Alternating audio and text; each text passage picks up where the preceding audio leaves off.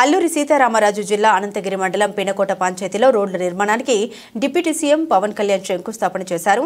98.85 కిలోమీటర్లు 105 కోట్ల 33 లక్షల జాతీయ ఉపాధి హామీ పథకం కింద 72 కోట్ల 20 లక్షలు 33 కోట్ల 13 లక్షలు పంచాయతీరాజ్ ఇంజనీరింగ్ వారి ద్వారా రోడ్ల నిర్మాణ పనులు ప్రారంభిస్తామని అన్నారు. డోలిమోత రహిత గిరి గ్రామాలకు రోడ్లు శంకుస్థాపన చేసిన డిప్యూటీ సీఎం పవన్ కళ్యాణ్ అనంతరం మాట్లాడారు. యువత గంజాయి వంటి మాదక ద్రవ్యాలతో పెడదరవ పడుతున్నారని, ప్రభుత్వం ద్వారా ప్రతి యువకుడు సామర్థ్యాన్ని బట్టి స్కిల్ డెవలప్మెంట్ ద్వారా శిక్షణ ఇప్పించి ఉద్యోగ అవకాశాలు కల్పిస్తామన్నారు. గంజాయిని పండించే విధానాన్ని మానుకొని దేశానికి ఆదర్శంగా యువత నిలబడాలని సూచించారు.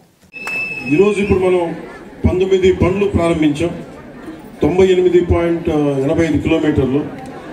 దీంట్లో 105 కోట్ల 33 లక్షలు మనం జాతీయ ఉపాధి హామీ పథకం, దాంట్లో జాతీయ ఉపాధి హామీ పథకం నుంచి 72 కోట్ల 20 లక్షలు, 33 కోట్ల 13 లక్షలేమో పంచాయతీరాజ్ మనకి ఇంజనీరింగ్ శాఖ నుంచి. వీటికి లబ్ధి పొందేది 72 గ్రామాలు, జనాభా 4369 మంది. సరిగ్గా చెప్పాలంటే అనంతగిరి మండలం పినకోట గ్రామ పంచాయతీ గుమ్మంతి గ్రామం నుండి రాచకిల్లం గ్రామం మీదుగా రెడ్డిపాలెం గ్రామానికి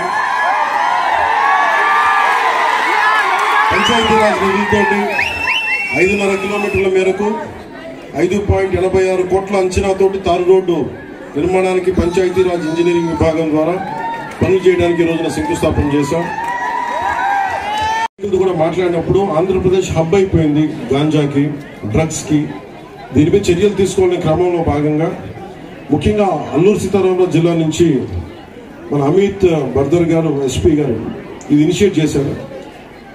ఇది యువత గంజాయిని సేవించడానికి బానిసలు అయిపోతే మటుకు జీవితం, ఆరోగ్యం ఎలా దెబ్బతింటుంది, ఎలా కోల్పోతున్నారు, ఏమై